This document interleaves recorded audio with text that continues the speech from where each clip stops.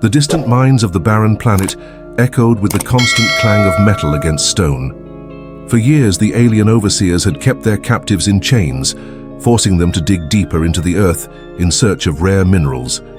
Among these, slaves was a fragile alien girl, her skin pale from the lack of sunlight, her eyes dull with exhaustion. She had known no life outside of this pit, no freedom, no comfort. Every day blended into the next. The chains around her wrists cut deeper with each strike of the pickaxe, and her frail body trembled under the weight of the endless labor. She was not alone in her suffering. Hundreds of others shared her fate, but she was too timid, too broken to fight back. Hope had long since abandoned her, leaving only silence and pain. The guards, towering insectoid creatures with sharp mandibles and cold black eyes, delighted in cruelty. They lashed the slaves without hesitation, their screeches filling the tunnels whenever productivity slowed. The girl learned quickly. Never stop moving, never raise your voice, and never ever look a guard in the eye. Survival meant invisibility. But something changed the day a human arrived. The slaves whispered about him in the darkness, rumors spreading faster than the whip. A man, flesh and blood, not alien, not insectoid, but human, had been captured and thrown into the mines.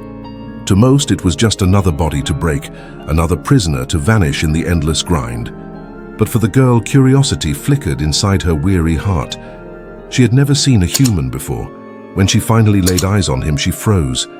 He was taller than the others, his posture unbroken despite the shackles. His eyes burned with a fire. She didn't understand. A refusal, a defiance against the hopelessness that hung in the air. Even when struck by the guards, he did not cower. Even when forced to carry weights twice his size, he gritted his teeth and pushed forward. The girl could not comprehend it. Everyone here eventually broke. Everyone surrendered. But he refused. That night, as the slaves were herded into their cramped sleeping quarters, she found herself glancing at him again and again. He sat in silence, his back against the stone wall, breathing heavily but steady. In that silence, she felt something stir, something dangerous. Hope. Days turned into weeks. The girl began to notice small things. When the guards weren't looking, the human would share pieces of his meager ration with the weakest among them. He whispered encouragement to those on the brink of collapse, urging them to endure just one more hour, one more day. His presence alone seemed to ignite sparks in the hollow eyes of the captives. The girl kept her distance, afraid to draw attention, but every time she heard his voice, every time she saw his unbroken spirit, the walls around her cracked a little. More. One evening, as the cavern trembled from a distant quake, the girl stumbled, her frail body giving in to exhaustion. She collapsed, her pickaxe clattering against the stone floor. Immediately, she braced for the strike of a guard's whip, but it never came. Instead, a shadow fell over her. She opened her eyes to see the human crouched beside her, his chains rattling as he offered his hand. His gaze was steady, not harsh, not pitying, simply kind. "On your feet," he whispered, his voice low but firm. Her lips trembled. No one had ever spoken to her like that. With hesitation, she placed her hand in his. His grip was strong, grounding her, pulling her up when she thought she could rise no more. From that moment on, something shifted. The girl began to follow his example. She forced herself to take one more step when her body screamed to collapse. She mimicked his resilience, trying to borrow just a fraction of his strength. And though the guards still struck, though the chains still cut, she no longer felt entirely alone. The human's presence grew larger with every passing day. Whispers of rebellion spread through the slaves like wildfire. He spoke of freedom, of fighting back, of refusing to die in darkness. Many dismissed it as madness, but others listened, their beaten spirits stirring awake. The girl listened most of all. Her nights became restless. Dreams of open skies and warm sunlight haunted her, a world she had never seen but desperately longed to. And every morning she awoke to the sight of the human, still unbroken, still defiant.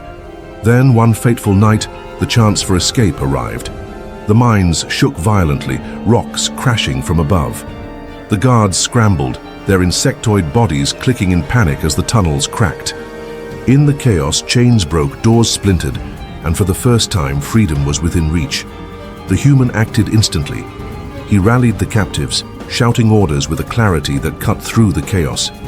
He fought with nothing but his bare hands and his will, knocking guards aside, creating a path where none had existed. The girl hesitated at first, fear paralyzing her. But when she saw him glance back, his eyes meeting hers, urging her forward, she felt a strength rise within her that she never knew existed. She ran. Her chains dragged behind her as she stumbled through the collapsing tunnels, guided by his voice, shielded by his strength. Every heartbeat felt like a war drum, every breath like fire in her chest. By the time they emerged into the night sky, her world had already changed. She had never seen the stars before, endless, shimmering lights scattered across the heavens. Her knees buckled as she stared upward, tears streaming down her face. The human stood beside her, battered but unbowed. "Breathe," he told her softly. "This is what freedom feels like." For the first time in her life, she did. And in that moment, the alien girl who had lived her entire existence in chains realized the truth. Her life would never belong to the mines again. The night sky was vast, stretching endlessly above the freed slaves. Many collapsed to their knees, overwhelmed by the sight of the heavens. The girl, her chest heaving, clutched the broken chains that still dangled from her wrists. The cool air felt foreign, almost too sharp, burning her lungs with every breath. It was nothing like the stale suffocation of the mines. It was alive, but their freedom was fragile. The insectoid guards were not defeated. They regrouped quickly, their screeches echoing through the canyons. The human wasted no time. He scanned the terrain, his eyes sharp, calculating every escape route. Then, with a commanding voice, he shouted, "Move! Into the shadows now!" The girl stumbled after him, her legs weak, her body frail from years of abuse. Yet something within her pushed forward. Every step she took was fueled not by strength, but by will, a will she had borrowed from him. The group fled across the barren plains, illuminated by the pale glow of twin moons. Rocks crunched beneath their feet, and the wind howled like a warning across the desert. Behind them, the guards pursued, their insectoid limbs clattering as they closed the distance. The human slowed only enough to make sure the weakest kept up. He refused to abandon anyone, no matter how slow. His determination baffled the girl. In the mines, survival meant selfishness. But he carried others when they fell. He defended them when danger struck. She wondered, what kind of being chooses the pain of others over his own safety? Hours passed, though it felt like days. Exhaustion weighed heavily on the escapees, but the human never wavered. Finally, he led them into a jagged canyon, its high walls offering cover from the moonlight. They collapsed in the shadows, gasping for breath. The girl sank to the ground, her arms trembling. Her eyes found him again. This stranger who had risked everything. He paced restlessly, listening for the approaching guards planning their next move. His shoulders bore the weight of responsibility, but he carried it without complaint. "Why?" she whispered, her voice hoarse. The word slipped from her lips before she could stop it. The human turned, his gaze landing on her. For a moment she feared he would ignore her. But then he crouched beside her, his voice low but steady. "Because no one deserves chains," he said. The simplicity of the words struck her harder than any whip ever had. She had spent her life believing she was born to suffer, born to obey. But his words shattered that lie. No one deserves chains. That night, as the others slept in uneasy silence, the girl lay awake, staring at the stars. The wind carried the faint cries of their pursuers, but she felt something new in her chest, a quiet fire.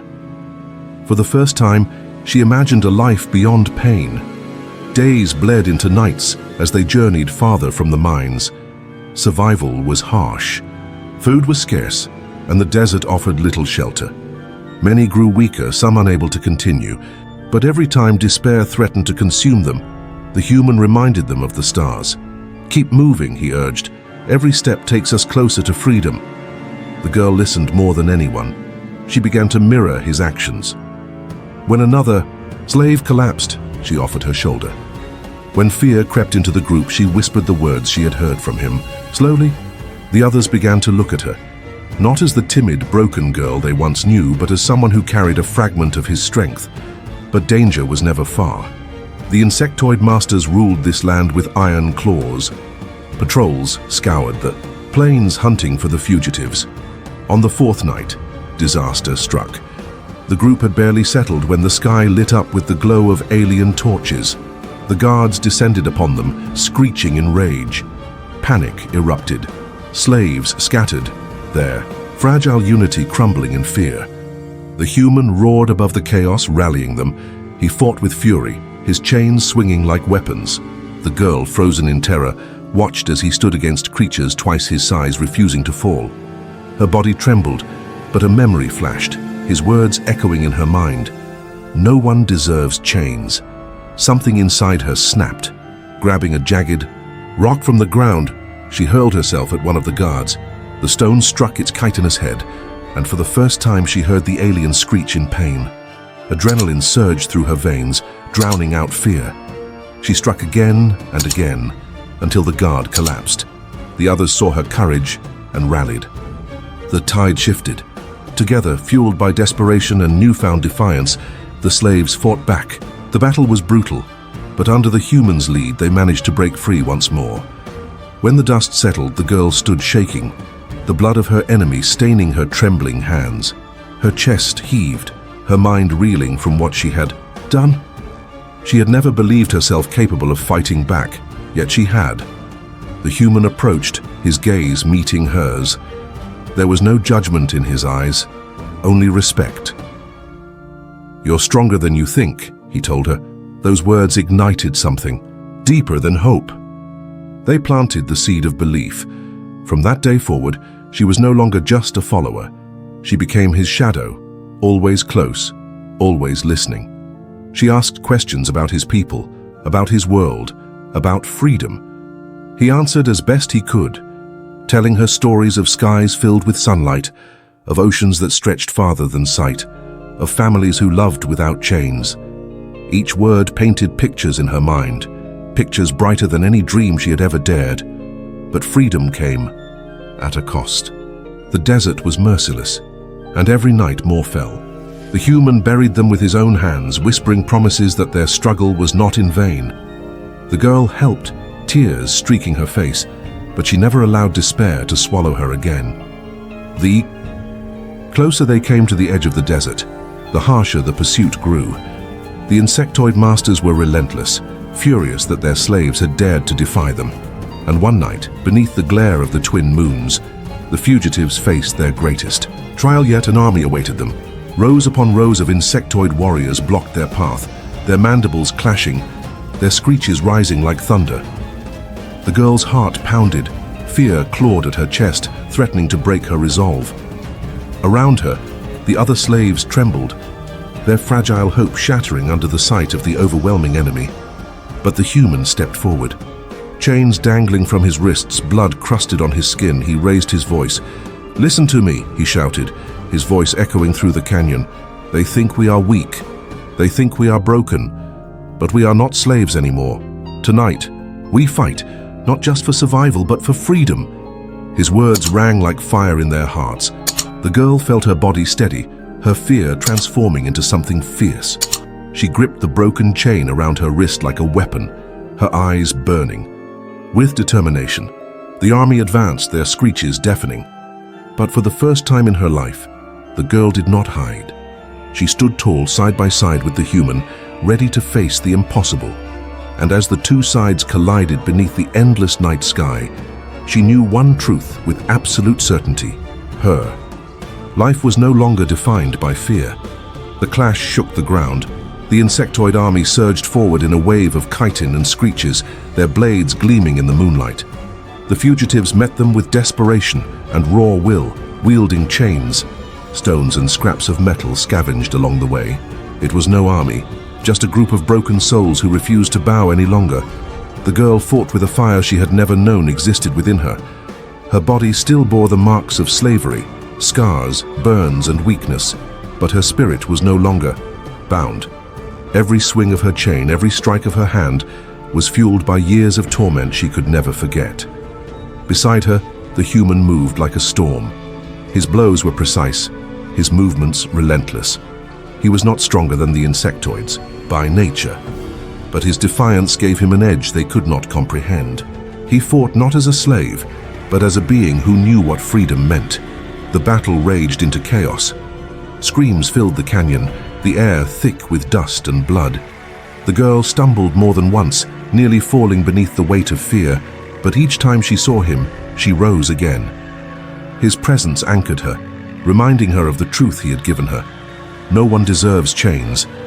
But as fierce as they fought, the numbers were overwhelming. The insectoids pressed in from all sides, their alien bodies encircling the fugitives. One by one, the escaped slaves began to fall, cut down under the relentless advance.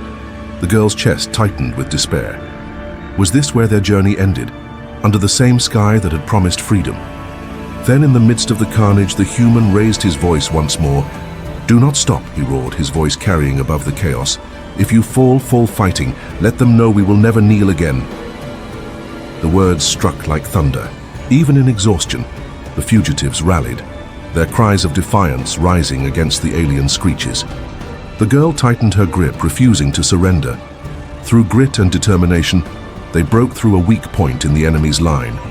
The human led the charge, carving a path with sheer will. The girl followed close, dragging others with her urging them forward. Somehow, against all odds, they pierced through the army and fled into the open plains beyond. Hours later, when silence finally replaced the sound of battle, the group collapsed in a hidden gorge. Bodies ached, wounds bled, but they were alive. Barely. The girl sat against a rock, her breath shallow, her hands trembling. She glanced around, at the survivors. Fewer than before, their eyes hollow but burning with the fire of survival. Then her gaze found him. The human stood at the gorge's edge, his silhouette dark against the fading moonlight. His body was battered, his skin torn, yet he still stood tall, watching, guarding. She rose, her legs unsteady, and approached him. For a moment she hesitated, then spoke softly. "You gave us this fight," she said. "Without you, none of us would have stood against them." He turned to her, his expression unreadable in the shadows. "I didn't give you the fight," he replied. "It was always inside you. I only reminded you it was there." The words pierced her deeper than any wound. For so long she had believed herself powerless, worthless.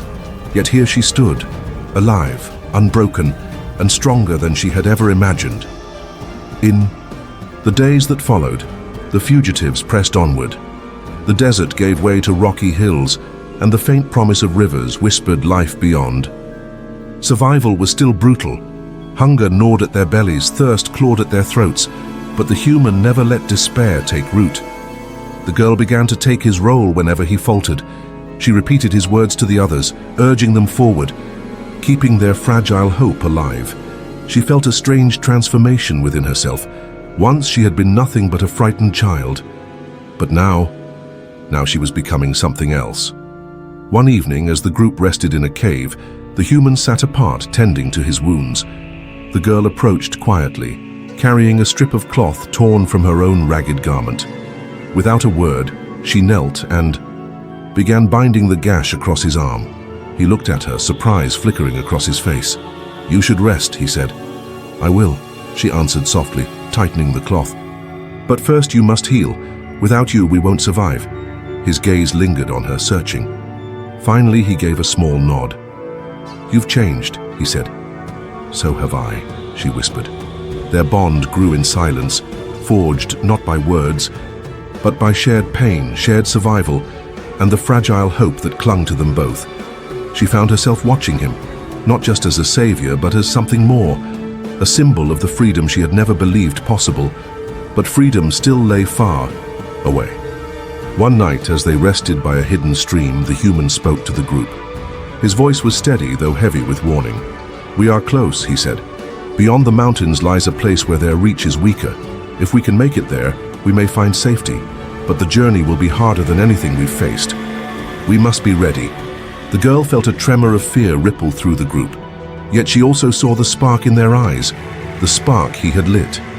When silence fell, she stood, Her voice trembled at first, but she forced it louder. "We've already faced the worst," she said. "They tried to break us. They tried to bury us in chains. But we are still here. And we will keep walking, because every step is ours. Not theirs." The word surprised even her, but when she looked at him, she saw the faintest trace of pride in his eyes. And so they moved onward. The mountains loomed closer each day, jagged peaks cutting into the sky. The journey grew harsher. Cold winds bit into their skin. Thin air drained their strength, and the constant threat of pursuit haunted every step. Yet the girl no longer stumbled in fear. She walked with her head high, her chain wrapped around, her wrist not as a shackle but as a weapon. She was no longer the girl who had trembled in the mines. She was something new. But as they climbed higher into the mountains, the shadows of their past crept close again. The insectoid masters had not forgotten, nor forgiven. Scouts tracked them, and whispers of a greater force gathering reached their ears. The girl knew their greatest trial was yet to come, and deep in her heart, a question formed. Would they ever truly escape, or was freedom only a fleeting dream beneath an endless sky?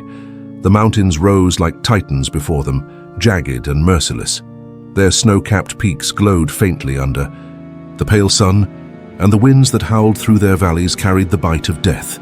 Each step upward was a battle, against the cold, against exhaustion, against despair. The fugitives pressed on anyway. Every footfall was slow, every breath thin, but they climbed, driven by the hope of safety beyond. The girl led when the human faltered, repeating the words he had once spoken to her. "We are not slaves, we are alive." Yet shadows stalked them still. At night, when the fire flickered low, she would hear the alien screeches echoing faintly across the rocks. Their hunters were near. One evening, the group stumbled into a hidden plateau sheltered between cliffs. They collapsed in silence, too weak to speak. The girl sat with her back against the stone, shivering in the mountain's cold breath. She glanced at him, the human. He sat apart, his body trembling with exhaustion he tried to hide. His wounds had deepened. Fear stabbed at her chest. He had carried them all this way. What if he could carry no more? She crawled closer, her voice soft. "You must rest. You've given enough." His eyes, weary yet burning, met hers. "Not until you're free." The words nearly broke her. For so long no one had ever spoken of her freedom, only of her labor, her chains, her silence. Yet here he was, battered and unyielding, giving everything for a people not his own. She clasped his hand. "Then we'll walk together. If you fall, I'll carry you." The promise was more than words. It was a vow carved from fire and scars. Days passed in grueling struggle. Hunger gnawed at their bellies. Thirst cracked their lips, and the thin air burned their lungs. But the girl no longer faltered. She pushed forward, dragging others when they collapsed, sharing what little strength she had. She felt herself transforming. Not a slave, not even a survivor, something beyond. Still, the storm broke. It came at dawn, when the group reached a narrow pass where cliffs hemmed them in. Screeches pierced the cold air, shadows swarmed the ridge above. The insectoid army had arrived. The girl's heart pounded. Their enemies poured down like a flood. Armored bodies gleaming, blades raised. The fugitives froze in terror. Then the human stepped forward. His face was pale, his body broken, yet his voice rose like thunder. "Stand! Do not run. Today we fight, not as slaves, but as free." The girl felt fire ignite in her chest. She screamed with him, her cry echoing across the mountains. The fugitives rallied, their fear transforming into desperate fury. The battle erupted. The mountain pass became a storm of steel and screams. Rocks stained with blood. The girl swung her chain with deadly precision, each strike shattering years of silence. She fought beside him, back to back, their movements a dance of survival, but the enemy was endless. Wave after wave crashed upon them. The fugitives fell one by one until the snow was red. The human fought like a beast unleashed, but his body weakened. A blade slashed across his side and he staggered. The girl caught him before he fell. "No!" she screamed. "You cannot leave us!" His hand tightened weakly around hers. "You can carry it now." he whispered. Tears blurred her vision, but she rose, pulling him with her. She turned to the survivors, those who still stood bleeding, broken, but alive. "Do not stop," she shouted, her voice ringing with newfound strength. "We are more than slaves. We are more than their prey. Fight with me. Fight for every moment they tried to steal from us." Something shifted then. The fugitives, who had once trembled in chains, surged forward with a roar. Together they struck with a fury that shook the cliffs. The girl led them, her body ablaze with the strength she had thought long lost. The battle stretched into eternity. When the last insectoid fell, silence thundered louder than screams. The girl stood amidst the ruin, her chest heaving, her body drenched in blood and sweat. Around her, only a handful remained. Survivors, warriors. She looked down at him. The human collapsed, his body broken. She dropped to her knees, cradling his head in her arms. His eyes fluttered open. "You carried it," he whispered. Her tears fell freely. "You gave it to me." His lips curved faintly, then his gaze dimmed. "No," she cried, clutching him, shaking him. But the silence that followed told her the truth. The girl bowed her head, the grief tearing through her soul. For a moment, the world was nothing but loss. But then she remembered his words, his fire, the unbreakable will he had given her. Slowly she rose. She looked at the survivors, their hollow eyes upon her. She wiped her tears, lifted her chain, and raised her voice. "He gave us more than freedom," she said, her voice raw but steady. "He gave us the truth, that we are not bound, not broken, not theirs. We are ours, and we will live as ours." The mountains carried her voice, echoing it into the skies. The survivors straightened, their chains no longer burdens but symbols. They stood with her, their strength bound not by fear but by choice. The girl, once a slave, once a child trembling in darkness, now stood as something greater, not just free, a leader. As the sun broke over the peaks, its light bathed them in gold, a new dawn, a new life. And though sorrow lingered, the girl knew one truth with certainty. The human had not died in vain. His fire lived on, in her, in them, in every step they would take toward a horizon that finally belonged to them. And so they walked forward, not as slaves, but as people who would never bow again.